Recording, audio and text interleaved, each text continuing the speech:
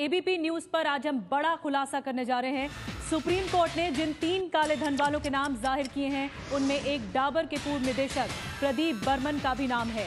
प्रदीप बर्मन के Swiss bank खाते के बारे में एबीपी न्यूज पर आज हम बड़ा खुलासा कर रहे हैं। ये सारा खुलासा एबीपी न्यूज पर प्रदीप बर्मन के खिलाफ तैयार किया गया आरोप पत्र और इनकम टैक्स से हुई पूछताछ के दस्तावेजों के आधार पर किया जा रहा है। काले धन पर बड़ा खुलासा किया जा रहा है। एबीपी न्यूज पर बड़ा खुलासा आप देख पाएंगे। प्रदीप बर्मन, इन 3 काले धन वालों के नाम जाहिर किए थे केंद्र सरकार ने सोमवार को सुप्रीम कोर्ट के सामने, और प्रदीप बर्मन का नाम उनमें से एक है। पहला खुलासा ये कि बर्मन के स्विस खाते में करीब 18 करोड़ रुपए जमा थे। ये पहला बड़ा खुलासा एबीपी न्यूज पर आप देख रहे हैं। दूसरा बड़ा खुलासा ये कि बर्मन ने अपने स्विस बैंक खाते की जानकारी इनकम टैक्स से छुपाई है। तीसरा बड़ा खुलासा ये कि बिना स्विट्जरलैंड गए प्रदीप बर्मन का अकाउंट खुल जाता था। चौथा खुलासा हम आपको ये बता रहे हैं, बर्मन का खाता सिर्फ एक फैक्स और फोन कॉल से ऑपरेट किया जाता था। इन सारे खुलासों के बाद में बात करने के लिए हमारे साथ मौजूद हैं इस वक्त हमारे संवाददाता ओम प्रकाश तिवारी। लेकिन पहले आपको बताते हैं कि उनके खाते में पैसे कितने हैं, ये आपको जानकारी साझा कर रहे हैं। उसका पता आखिर कैसे चला? प्रदीप बर्मन इनकम टैक्स से स्विस खाते की जानकारी छुपा रहे थे लगातार, और आपको खुलासे में लगातार बता रहे हैं इस खबर के जरिए आखिर इसका असर क्या होगा, प्रदीप बर्मन के खाते में कितने पैसे हैं। अब सवाल ये उठ रहा है, सरकार ने सुप्रीम कोर्ट में बर्मन का नाम तो बताया, लेकिन रकम के बारे में अब तक कोई भी जानकारी साझा नहीं की। ये खुलासा एबीपी न्यूज कर रहा है। डाबर कंपनी के पूर्व निदेशक प्रदीप बर्मन शुरू से ही इनकम टैक्स से स्विस खाते की जानकारी देने से कतराते रहे थे, जानकारियां छुपाते रहे थे। सरकार को जब उनके खाते के बारे में पता चला, तब उन्होंने इनकम टैक्स को बताया कि खाते में उन्होंने करीब 18 करोड़ जमा किए थे। जब इस पूरे मामले की जांच पड़ताल आगे बढ़ी, तब उन्होंने जाकर खुलासा किया कि 18 करोड़ उनके अकाउंट में जमा थे, लेकिन फिर भी उन्होंने बहुत सारी जानकारी सरकार से छुपाई है। प्रदीप बर्मन के खिलाफ आरोप पत्र में आयकर विभाग ने कई सनसनीखेज खुलासे किए हैं, और इन दस्तावेजों की कॉपी एबीपी न्यूज के पास मौजूद है।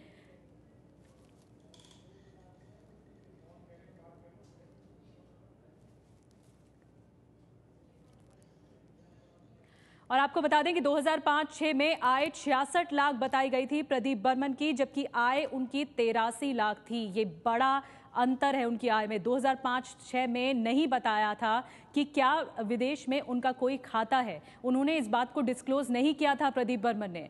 और एक और बड़ी सूचना मिल रही है कि सरकार की जांच शुरू होने पर ये बताया गया कि 2005 से 2007 में 18 करोड़ रुपए जमा थे। ये बड़ा खुलासा है।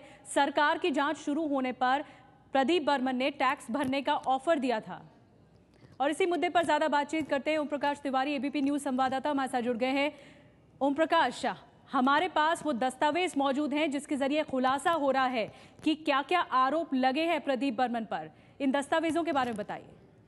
बिल्कुल निधि, मैं आपको बता दूं कि ये वो दस्तावेजों की पूरी फाइल है जो प्रदीप बर्मन के खिलाफ सरकार ने कोर्ट में फाइल की है। इन दस्तावेजों में साफ तौर पर कहा गया है कि प्रदीप बर्मन ने कैसे किस तरह से ये राज छुपाया सरकार से कि उसके पास 18 करोड़ रुपए 2005 से 2007 के बीच में उसके पास ये पैसा जमा था स्विस बैंक का अकाउंट में, लेकिन उन्होंने किसी भी तरह का कोई सरकार को डिस्क्लोजर नहीं किया कि उनके पास स्विस बैंक अकाउंट है। 2005 से 2007 के बीच में जो उन्होंने अपना जो ATR जमा कराई थी सरकार के पास, जो ITR जमा कराई थी, उसकी भी कॉपी इन दस्तावेजों में मौजूद है। इन दस्तावेजों में साफ तौर पर लिखा गया है कि बर्मन, अगर सरकार को कहीं से पता न चलता कि बर्मन के खिलाफ स्विस अकाउंट है, तो शायद बर्मन ये सूचना कभी भी सरकार को नहीं देते कि उनका कोई स्विस बैंक अकाउंट है। दूसरी बात महत्वपूर्ण यह है निधि इसमें कि जब सरकार को पता लग गया और बर्मन से पूछा गया, तो शुरुआती दौर में वो इस बात से भी इनकार करते रहे कि उनके पास कोई स्विस बैंक खाता है।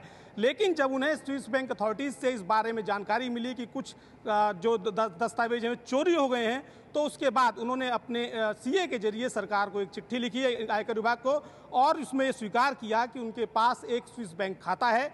लेकिन उसके बावजूद उन्होंने ये नहीं बताया कि उस खाते में कितने पैसे जमा हैं, उस खाते का नंबर क्या है। निधि, ओम प्रकाश, हम ये चाहेंगे कि दर्शकों को आप ये दस्तावेज दिखाएं, इसमें क्या कुछ आरोप लगे हैं प्रदीप बर्मन पर।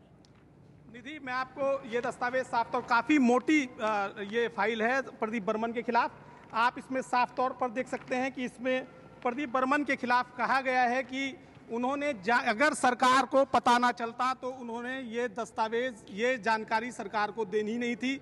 इन दस्तावेजों में साफ तौर पर यह भी लिखा गया है कि प्रदीप बर्मन ने जानबूझकर जानकारी तो छिपाई, लेकिन जब सरकार ने उनसे कहा कि वो अपने खाते की जानकारी दे दें तो उन्होंने उस खाते की जानकारी देने से भी इनकार किया।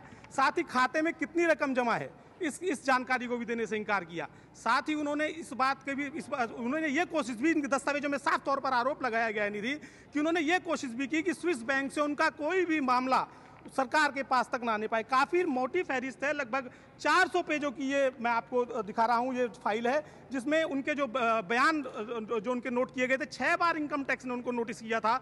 2012 और 2011 से 2013 के बीच में 6 बार नोटिस किया था, और उस नोटिस के दौरान उनसे जो पूछताछ हुई उसका पूरा ब्यौरा इन दस्तावेजों में मौजूद है निधि। और मैं आपको बता दूं कि इन दस्तावेजों में साफ तौर पर लिखा गया है कि बर्मन ने अपना खाता किस तरह से खुलवाया, आखिर उनकी पहचान किसने की। चूंकि बर्मन ये कोई चीजें नहीं बताना चाहते थे, लेकिन सरकार ने इन दस्तावेजों में साफ तौर पर बताया है, बर्मन के हवाले से बताया है कि ये खाता किस तरह से खुला और उनकी पहचान किसने की। निधि, ओम प्रकाश, ये बहुत बड़ी जानकारी आप दे रहे हैं, बड़ा खुलासा तो हम कर रहे हैं, लेकिन ये इसमें काफी अहम है, शुरू से ही जानकारियां छुपा रहे थे प्रदीप बर्मन। और ये भी अहम है कि बिना कोई जांच पड़ताल किए, बिना उनके उपस्थित रहे स्विस बैंक खाता कैसे खुल सकता है? निधि, इन दस्तावेजों में मैं आपको बता दूं जो साफ तौर पर कहा गया है, जिसमें बर्मन ने खुद अपना डिस्क्लोजर किया है। सेक्शन 148 आईटी एक्ट 1961 के तहत उनको एक नोटिस दिया गया था, और उस नोटिस के दौरान उनसे पूछा गया था कि उनका एक खाता कैसे खुला। तो उसके बारे में उन्होंने बड़ी ही इंटरेस्टिंग बात बताई। उन्होंने कहा कि उनकी पहचान दुबई के एक शख्स अब्दुल रहीम अल ख्वाजा ने की थी। उनका यह भी कहना था कि अब्दुल रहीम अल ख्वाजा को वो एडवाइस दिया करते थे, उसके एडवाइजर के तौर पे वहाँ पर वो काम किया करते थे। और उन्होंने कहा कि अब्दुल रहीम अल ख्वाजा के पास एक शख्स आया जिसने HSBC बैंक, स्विट्जरलैंड का उसके पास फार्म था, उसने दुबई में ही आकर उसने ये फार्म उनसे भरवाया। उन्हें ना तो स्विट्जरलैंड जाना पड़ा, ना ही उन्हें HSBC बैंक जाना पड़ा। वही शख्स आकर उनका ये फार्म फुलफिल करा के ले गया। पहचान के दस्तावेज, निधि मैं आपको बता दूं पहचान के क्या क्या दस्तावेज उन्होंने इसमें सबमिट किए, ये भी इन दस्तावेजों में बर्मन के हवाले से ही आयकर अथॉरिटीज ने लिखा है। निधि, इसमें साफ तौर पर कहा गया है कि पहचान के तौर पर उन्होंने अपना इंडियन पासपोर्ट, अपना फोटो, जो शख्स आया था जिसका महत्वपूर्ण बात यह है निधि कि उन्होंने पूरे दस्तावेजों में कहा है कि मुझे उस शख्स का नाम नहीं पता जो शख्स आया था। उन्होंने ये कहा कि अब्दुल रहीम अल ख्वाजा। ओम प्रकाश, बिल्कुल आपके पास दोबारा लौटेंगे। जिस शख्स के बारे में ओम प्रकाश बता रहे थे, हम आपको और डिटेल के जरिए जानकारी देते हैं। एबीपी न्यूज को ऐसे दस्तावेज मिले हैं जिससे ये पता चलता है कि डाबर के पूर्व निदेशक प्रदीप बर्मन ने अपने स्विस बैंक अकाउंट के बारे में इनकम टैक्स से कई बातें छुपाई हैं। 2005 से 2007 का ये मामला, प्रदीप बर्मन ने पूछताछ में इनकम टैक्स को बताया था कि उनका स्विस बैंक में खाता दुबई के एक शख्स, जैसा कि ओम प्रकाश बता रहे थे, अब्दुल रहीम अल ख्वाजा ने खुलवाया था। कौन है अब्दुल रहीम अल ख्वाजा? खाता खुलवाने के लिए प्रदीप बर्मन को कभी स्विट्जरलैंड नहीं जाना पड़ा था। इस शख्स से उन्होंने इस शख्स के पास वो गए थे और अपना पहचान पत्र दिया था, उसके जरिए उनका खाता खुला। वो खुद उपस्थित नहीं थे। ख्वाजा बर्मन से दुबई में HSBC बैंक ज्यूरिक का एक फॉर्म लेकर दुबई में मिला था। पहचान के लिए अपनी फोटो और पासपोर्ट की कॉपी लगाई गई थी। प्रदीप बर्मन ने बैंक को ये निर्देश दिए हुए थे कि जब उन्हें पैसा जमा कराना होगा या निकालना होगा तो वो एक फैक्स करेंगे। फैक्स पहुंचने के बाद एक फोन प्रदीप बर्मन के पास इस बात की पुष्टि करने के लिए आता था। एक फैक्स और उसके बाद एक फोन से खाता ऑपरेट किया जाता था। ये इस तरह की पूरी गतिविधि चल रही थी। बर्मन ने इनकम टैक्स को ये तो बताया कि जिन 3 कंपनियों के निदेशक वो थे उनके स्विस बैंक में खाते थे, लेकिन ऑपरेट कौन करता था ये उन्हें पता नहीं। बर्मन कंपनियों के MOUs नहीं दे पाए। प्रदीप बर्मन इनकम टैक्स को फैक्स की कॉपी और वो फोन नंबर नहीं दे सके जिनका जिक्र उन्होंने किया था। ओम प्रकाश, ये भी कई बड़ी बातें हैं जो कि दुबई के शख्स से प्रदीप बर्मन मिले, उसके बाद उन्होंने ही सारी चीजें ऑपरेट की। बिल्कुल निधि, मैं आपको एक बात साफ कर दूं कि अब्दुल रहीम अल ख्वाजा ने उनकी पहचान HSBC बैंक में पहचान के तौर पर उनकी पहचान की थी। अब्दुल रहीम ख्वाजा के पास एक शख्स आया था फार्म लेके, और वो शख्स ही, उसका नाम बर्मन नहीं बता पा रहे हैं, उसका नाम बर्मन ने कहीं भी अथॉरिटीज़ को नहीं बताया है। शख्स ने उस प्रदीप बर्मन से अब्दुल रहीम ख्वाजा के जरिए वो फार्म भरवाया, और अब्दुल रहीम ख्वाजा ने, जैसा कि बर्मन का कहना है इन दस्तावेजों में साफ तौर पर, कि उसने बर्मन की उसमें पहचान की और बर्मन ने वो दस्तावेज उस शख्स को दे दिया। अब्दुल रहीम अल ख्वाजा के पास जो शख्स आया था, उन्होंने साफ तौर पर ये कहा है कि अब्दुल रहीम अल ख्वाजा दुबई में रहते हैं और वो उनके लिए बतौर सलाहकार के तौर पर काम करते थे, और अब्दुल रहीम ख्वाजा ने ही दुबई नेशनल बैंक में उनका खाता खुलवाया था। इन दस्तावेजों में वो तमाम खुलासे किए गए निधि जो बर्मन ने अपनी पूछताछ के दौरान एजेंसीज को बताए हैं, और उसमें साफ तौर पर बर्मन ने उन सभी फ़ोन नंबर्स को और फैक्स नंबर को सिरे से नकार दिया है जिस पर वो फैक्स करके या फ़ोन करके उनसे कन्फर्म किया जाता था कि आखिर कितने पैसे उनको निकालने हैं या कितने पैसे उनके जमा हुए हैं। निधि, ओम प्रकाश लगातार जानकारी छुपाते रहे हैं प्रदीप बर्मन। उनसे जब सफाई मांगी गई, उनसे पूछा गया कि सुप्रीम कोर्ट में आपका नाम याचिका के जरिए दाखिल किया गया है, हलफनामे में सरकार ने बताया, तब भी वो जानकारी छुपा रहे थे और कह रहे थे कि एनआरआई अकाउंट था, इस वजह से उन्होंने स्विस बैंक में अकाउंट खुलवाया। अब लगातार परतें खुल रही हैं, जैसा कि ओम प्रकाश बता रहे हैं। काले धन वालों के खिलाफ एबीपी न्यूज बड़ा खुलासा कर रहा है। सुप्रीम कोर्ट ने जिन 3 काले धन वालों के नाम जाहिर किए, उनमें एक डाबर के पूर्व निदेशक प्रदीप बर्मन का नाम भी शामिल है और स्विस बैंक में उनका खाता है। एबीपी न्यूज बड़ा खुलासा कर रहा है। इसी से जुड़ा हुआ ये सारा खुलासा एबीपी न्यूज प्रदीप बर्मन के खिलाफ तैयार किए गए आरोप पत्र और इनकम टैक्स की जो जांच चल रही है, जो पूछताछ चल रही है प्रदीप बर्मन से, उसके दस्तावेजों के आधार पर कर रहा है। क्या है ये खुलासे, ये हम आपको बताते हैं। काले धन पर एबीपी न्यूज का बड़ा खुलासा। एबीपी न्यूज के मिले दस्तावेजों में प्रदीप बर्मन के पक्ष का भी जिक्र है। उन्होंने बताया था कि स्विस बैंक खाता बंद करने के लिए उन्होंने फैक्स भेजा था, लेकिन कॉपी नहीं दे पाए। उन्होंने स्विस बैंक में जमा रकम के बदले टैक्स भरने का भी ऑफर दिया था। अपनी सफाई में लगातार प्रदीप बर्मन अपना बचाव करते हुए नजर आए। उन्होंने कहा था कि खाता बंद करने वाला जो अकाउंट उन्होंने वहां पे खुलवाया था स्विस बैंक में, वो एक एनआरआई अकाउंट था, इस वजह से ये ब्लैक मनी नहीं है। ओम प्रकाश तिवारी एबीपी न्यूज संवाददाता लगातार इस पूरे मामले से जुड़ी जानकारी दे रहे हैं। ओम प्रकाश, बड़ा सवाल ये है, क्या प्रदीप बर्मन ने अब तक टैक्स भरा है कि नहीं, क्योंकि 2005 से 2007 से जुड़ा हुआ मामला है। मैं आपको बता दूं निधि कि प्रदीप बर्मन के खिलाफ जो दस्तावेज सरकार को प्राप्त हुए थे वो केवल एक असेसमेंट ईयर के थे। 2005 से 2007 के बीच जो 2 असेसमेंट ईयर हैं, केवल इतने दस्तावेज थे। मैं आपको इन दस्तावेजों के बिहाफ पे निधि एक बहुत बड़ी चीज़ बताने जा रहा हूं जो दस्तावेजों में लिखी हुई है। इसमें प्रदीप बर्मन का स्विस बैंक अकाउंट नंबर लिखा हुआ है। मैं अपने कैमरामैन मनदीप से कहूँगा कि उसको फोकस करेंगे। इसमें साफ तौर पर जो प्रदीप बर्मन का स्विस बैंक अकाउंट है, ये पहली बार है जब किसी का स्विस बैंक अकाउंट सामने आ रहा है। आप देख सकते हैं HSBC Zurich BUP SIC PER ID 9070142553।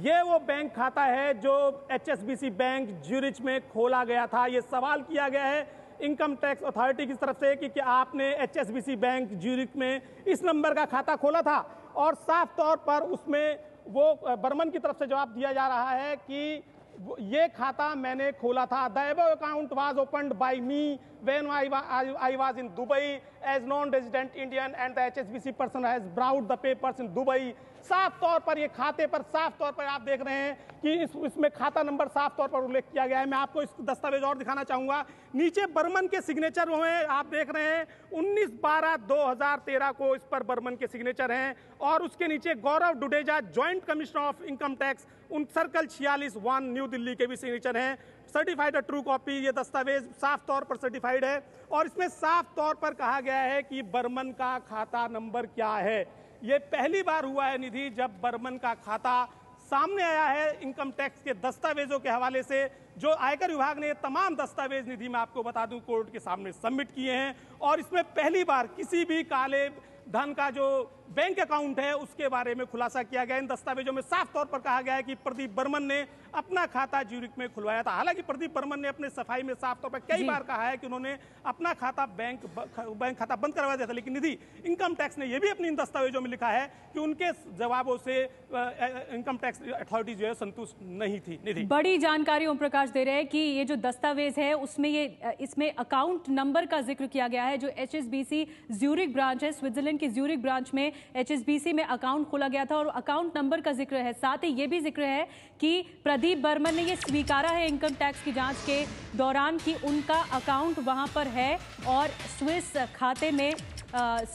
खाता वहां पर उनका मौजूद है। लेकिन सीधा सीधा ये टैक्स इवेजन का मामला है और 2005 से 2007 के बीच का मामला है। बड़ी खबर ABP न्यूज़ पर हम लगातार आपको दिखा रहे हैं। इस पूरे मामले पर बड़ा खुलासा हुआ है।